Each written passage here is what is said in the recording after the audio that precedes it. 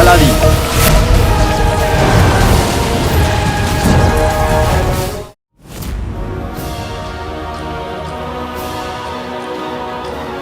প্রশ্নটা বাগদাদের ভবিষ্যতের, এবার প্রশ্নটা আমার বাবার স্বপ্নের।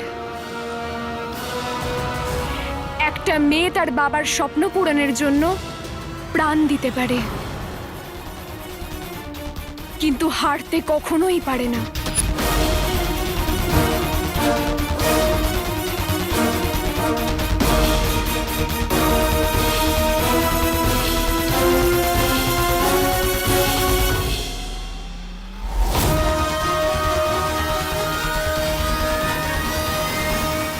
রাজকুমারী তার নিজের সীমা লঙ্ঘন করতে চাইছে না তো?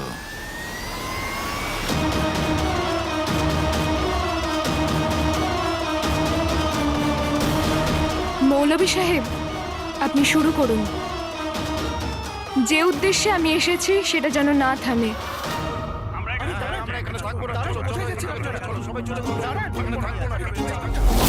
खुद को क्यों रोक रहा है यो बंदे,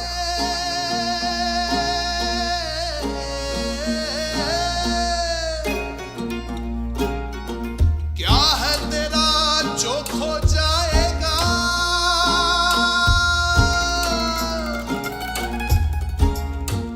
हिम्मत दिखा तू रत्ती भर की हो, बदले में जी भर के हौसला पाएगा, बदले में जी भर के हौसला पाएगा। सजदाए शुक्रा सजदाए सबरा करता जा, सजदाए शुक्रा सजदाए सबरा करता जा, सजदाए शुक्रा सजदाए सबरा करता जा, सजदाए शुक्रा सजदाए सबरा करता जा।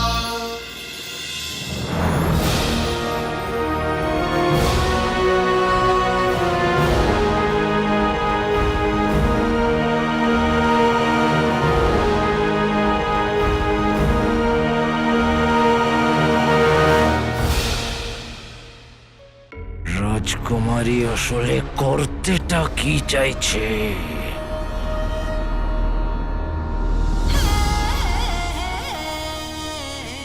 আকা, এই সাহসী মহিলাটা কে? এটাই তো আমার রাজকুমারী ইয়াসমিন। আলাল হাবিবি, এবার আমি করব কি? আরে ভাই সব, তোমরা থেমে গেলে কেন? জীবন কি তোমাদের কাছে প্রিয় নয়? খুব প্রিয়। হ্যাঁ, প্রিয়, কিন্তু রাজকুমারী যদি প্রাসাদের বিলাসিতা ছেড়ে নিজের জীবনের ঝুঁকি নিয়ে আমাদের জন্য আমাদের সঙ্গ দিতে আসে, তাহলে আমরা কেন তাকে সঙ্গ দিতে পারবো না? যেই রাজকুমারী তার জনগণের জন্য সীমা লঙ্ঘন করতে পারে, সেই রাজকুমারী তার জনগণের স্বপ্ন কখনো ভাঙতে দেবে না। আমাদের অন্তত একবার রাজকুমারীর কথাটা শোনা উচিত। সব মিথ্যে, সব ভুলভাল। হতে পারে, কিন্তু যদি এটা মিথ্যে আর ভুলভাল না হয় তাহলে? আর যদি রাজকুমার ইয়াসমিনের উদ্দেশ্য সৎ হয় তাহলে? হ্যাঁ, আমাদের সবাইকে রাজকুমারীর কথা শোনা উচিত, শোনা উচিত। হ্যাঁ হ্যাঁ, আমিও তো তাই বলছি, শোনা তো উচিত, শোনা উচিত।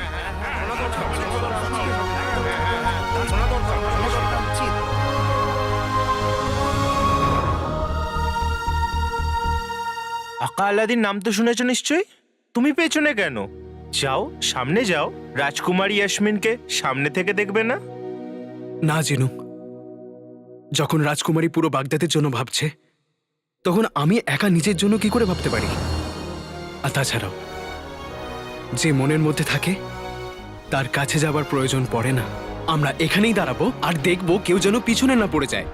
আলাল হাবিবি, এবার আমি করব কি? ইচ্ছা হচ্ছে তোমাকে চুমু। আকা, আমার জানা ছিল না তোমার ভালোবাসার রং এত গাঢ়। জিনু, 12 বছর 5 মাস 7 দিন আর 14 ঘন্টায় দুনিয়ার সব রঙে গাঢ় হয়ে যায়। আর এটা তো আমার ভালোবাসা। অনেক আগে রাজকুমারীকে দেখেছিলাম, দেখা মাত্রই জ্ঞান হারায়। আজ অবশেষে জ্ঞান ফিরল। আপনারা সবাই কি ভাবেন যে আমি আপনাদের চিন্তা করি না? রাজকুমারী ইয়াসমিন তার জনগণকে ভালোবাসে না? যদি আপনারা এটা ভেবে থাকেন তাহলে ঠিকই ভেবেছেন।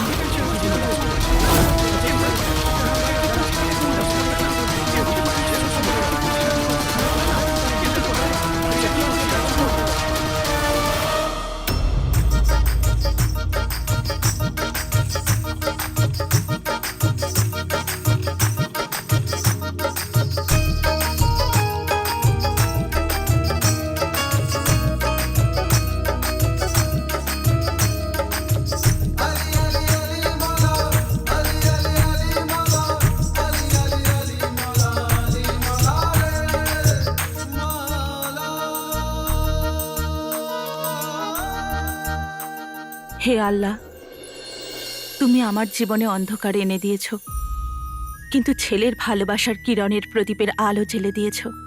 আমি তোমার কৃপা প্রার্থী। আমি জানি ওর জীবনে যত সমস্যা আছে সেগুলো সমস্যা নয়, ওগুলো পরীক্ষা, যেগুলো পার করে আমার আলাদিন এক মহান মানুষ তৈরি হবে। এই মা শুধু এইটুকুই চায় যে তুমি তার জীবনে যত পরীক্ষায় লিখে দাও না কেন, কিন্তু ঘৃণা লিখে দিও না। আমি ভয় পাই যে তার পিতাকে দেওয়া আরোপ ওর মনে অন্য মানুষের প্রতি ঘৃণা না তৈরি করে।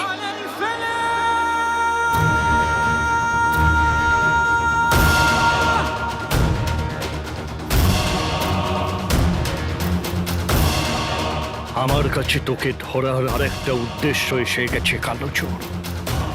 তুই ওমারকে ফাঁকি দিয়েছিস, এবার আমি তোর কাছে পৌঁছেই ছাড়ব। তুই এখান থেকেই পালিয়ে গিয়েছিলি। এখানে দুটো রাস্তা, এক এই রাস্তা, এদিকে তো কোতোয়াল পাহারা দিচ্ছে, আর এই রাস্তা দরগার দিকে যাচ্ছে। তোর প্রমাণ এখান থেকেই পাওয়া যাবে।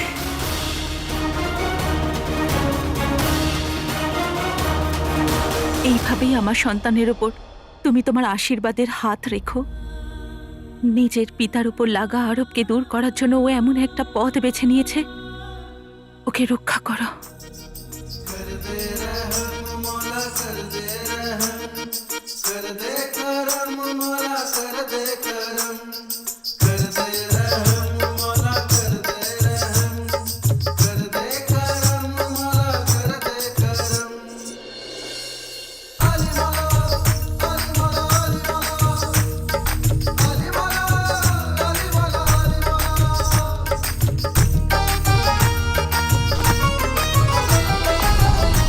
ক্ষমা করবেন দিদি, আপনার সুতোটা পড়ে গেল। ঠিক আছে।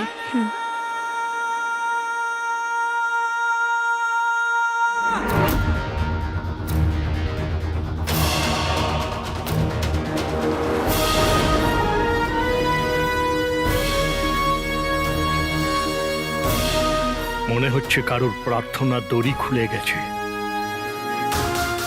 হে আল্লাহ,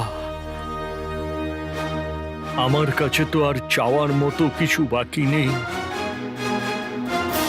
কিন্তু যার এই দড়ি খুলে গেছে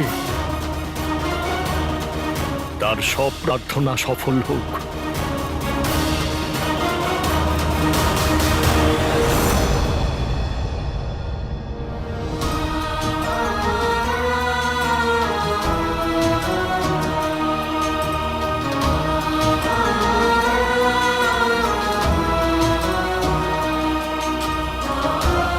এই মায়ের এই প্রার্থনা যেন আমার আলাদিন সুস্থ থাকে।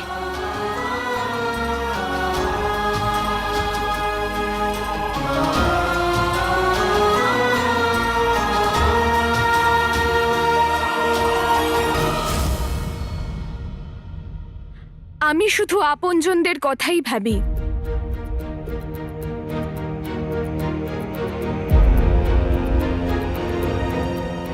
আমি খুব অহংকারী, আমি আপনজনদের প্রতি খুব অহংকারী।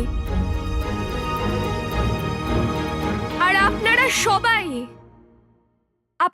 সবাই আমার আপনজন।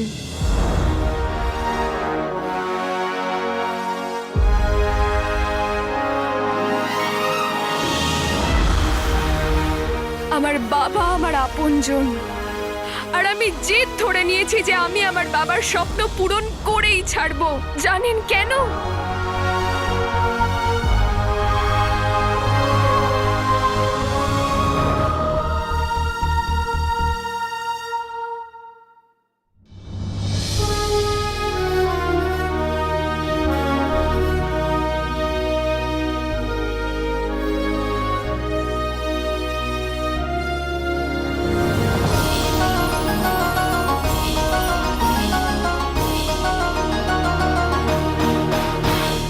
আমার বাবা এই মাটিটাকে প্রচন্ড পরিমাণে ভালোবাসেন, আর আমার বাবা যেটাকে ভালোবাসেন সেটাকে আমি সম্মান করি। আজ আপনাদের সামনে বাগদাদের রাজকুমারী নয়, বরং আপনাদের মেয়ে, আপনাদের বোন দাঁড়িয়ে আছে। ধন্যবাদ জিনু।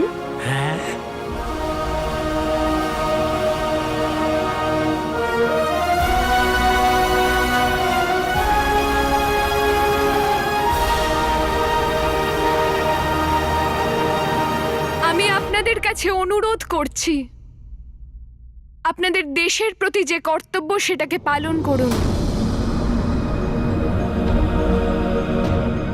আপনাদের কি মনে হয় যে আমি আপনাদের এই খনিতে একা রেখে প্রাসাদের চার দেওয়ালের মধ্যে শান্তিতে বসে থাকব? যদি আপনারা এটা ভাবেন তাহলে ভুল ভাবছেন, কারণ আমি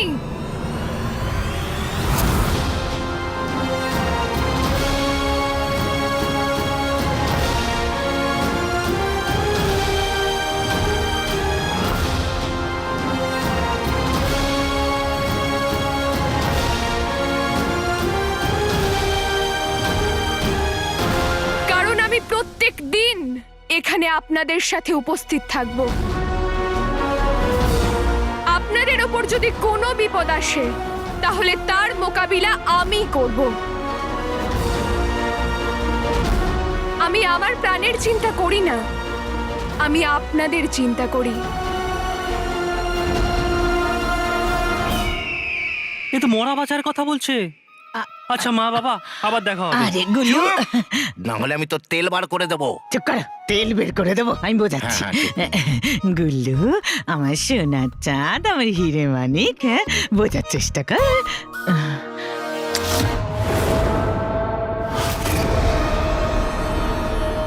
কিন্তু তবুও আমরা আমাদের প্রাণ বিপদে কেন ফেলবো? আমি কারোর ওপর জোর করছি না।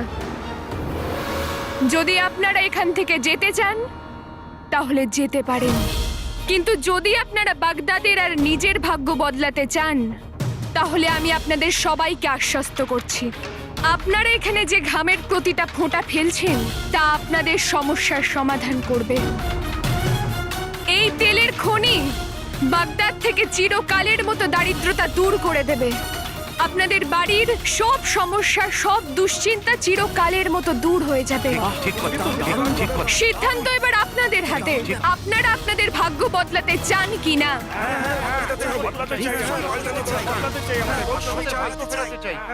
আপনারা আমার সঙ্গে আছেন কিনা?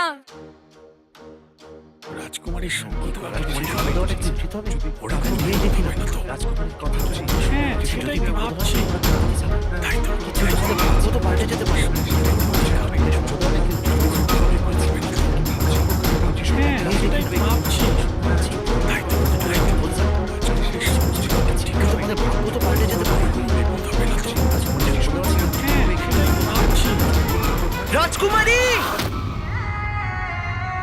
রাজকুমারী, আমরা আপনার সঙ্গে আছি। রাজকুমারী, আমরা আপনার সঙ্গে আছি। হ্যাঁ হ্যাঁ রাজকুমারী, আমরা আপনার সঙ্গে আছি। আমরা আপনার সঙ্গে আছি। হ্যাঁ রাজকুমারী, আমরা আপনার সঙ্গে আছি।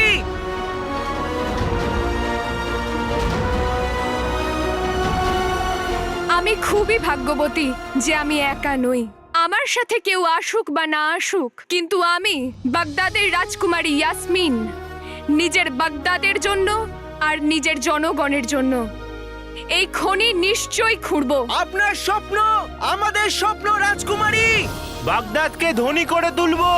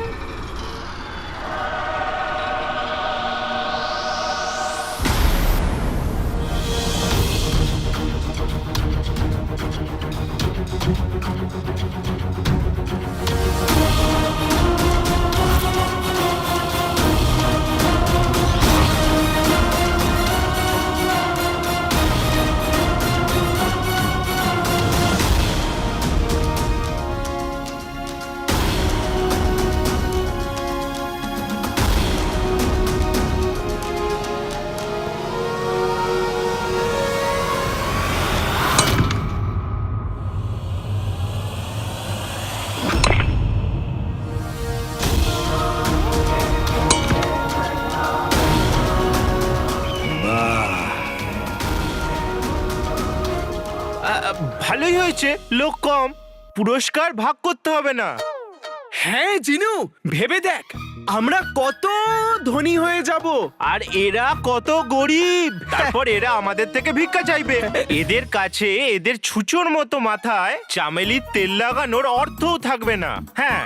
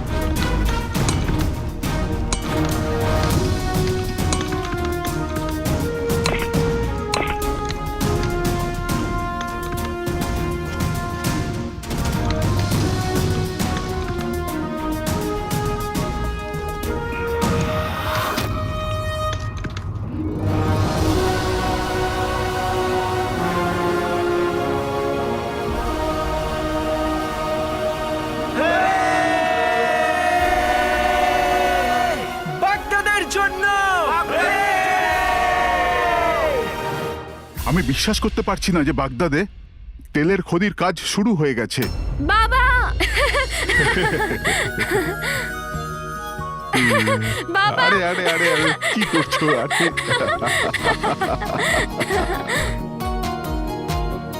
আমি তোমাকে বলে বোঝাতে পারবো না আমার তোমার উপর কত গর্ব হচ্ছে। তুমি আমার স্বপ্নকে বাঁচিয়ে তুলেছো। এইসব তোমার জন্যই হয়েছে বাবা।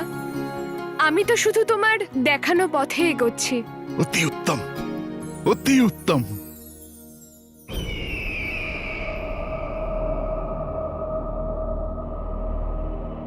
আমি জানি তুমি কি ভাবছো আজিরা আলা। এটাই তো, বাগদাদের সিংহাসনের জন্য রাজকুমারীর থেকে ভালো উত্তরসূরি পাওয়াই যাবে না। একদম ঠিক কথা বলেছেন আপনি মহামান্য বাদশাহ। আসলে আমার বাগদাদের রাজকুমারীর ওপর গর্বও হয়, আবার সম্মানও করি। তাই হয়তো এই ব্যাপারে ওনাকে অগ্রাহ্য করার প্রশ্নই নেই। আমি শুধু এই কারণে ভয় পাচ্ছি যে জনসাধারণ ওনার নেতৃত্বের দিকে আঙুল না তুলে দেয়।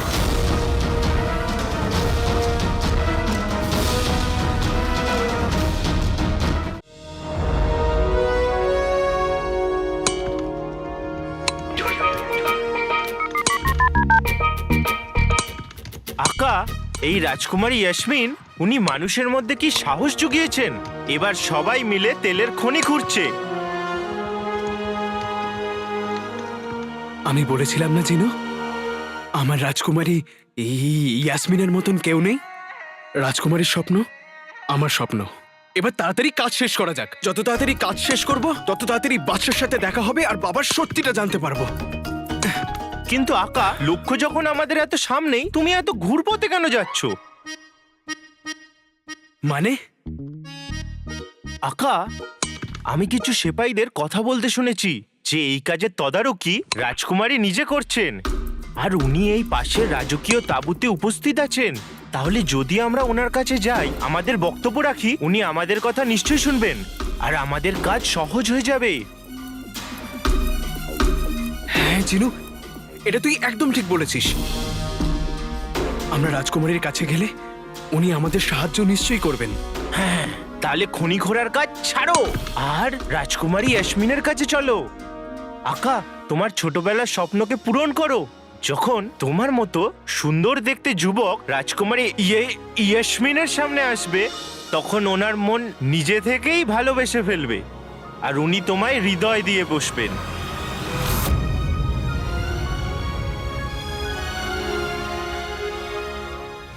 আর এখানে কোনো দুর্ঘটনা হবে না, কারণ এই স্বপ্নটা এখন শুধু আমার বাবার নয়, বরং পুরো বাগদাদের জনগণের।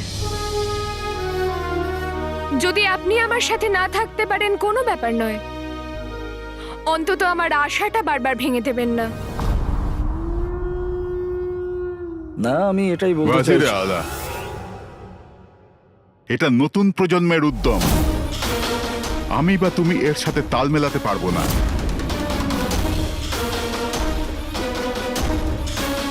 বাগদাদের ভবিষ্যতের সুলতানা নিজের সিদ্ধান্ত নিয়েই নিয়েছে।